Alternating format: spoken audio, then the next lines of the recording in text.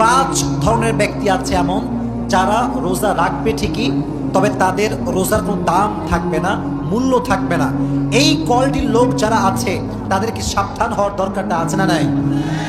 1 number, ওই ব্যক্তির রোজার দাম আল্লাহর কাছে 2 পয়সাও নাই যে ব্যক্তি রোজা রাখে জবানের হেফাজত করে না। অনেক লোক দেখবেন রোজা রেখে চায়ের দোকানে বসে বসে বদনাম করে, অমুকের ছেলে কি করেছে, অমুকের মেয়ে কি করেছে, চায়ের দোকানে বসে বসে গীবত শুরু করে দেয়। চাচা সাহেব, অমুকের মেয়ে খারাপ, অমুকের ছেলে খারাপ, আপনার কি খারাপ? কথা বলেন যুবক ভাইরা।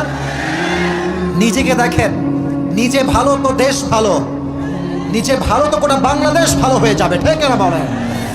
জবানের হেফাজত করতে হবে, এটা বড় দামি একটা জিনিস। মনে রাখবেন যুবক ভাইরা, জবানের ছোট্ট একটা কথার দ্বারা পুরো সমাজটা ভেঙে চুরে চূর্ণ বিচূর্ণ হয়ে যায়, আর জবানের ছোট্ট একটা কথার দ্বারা পুরো সমাজটা আবার জোড়া লেগে যায়। এটা হচ্ছে মুখের খেলা।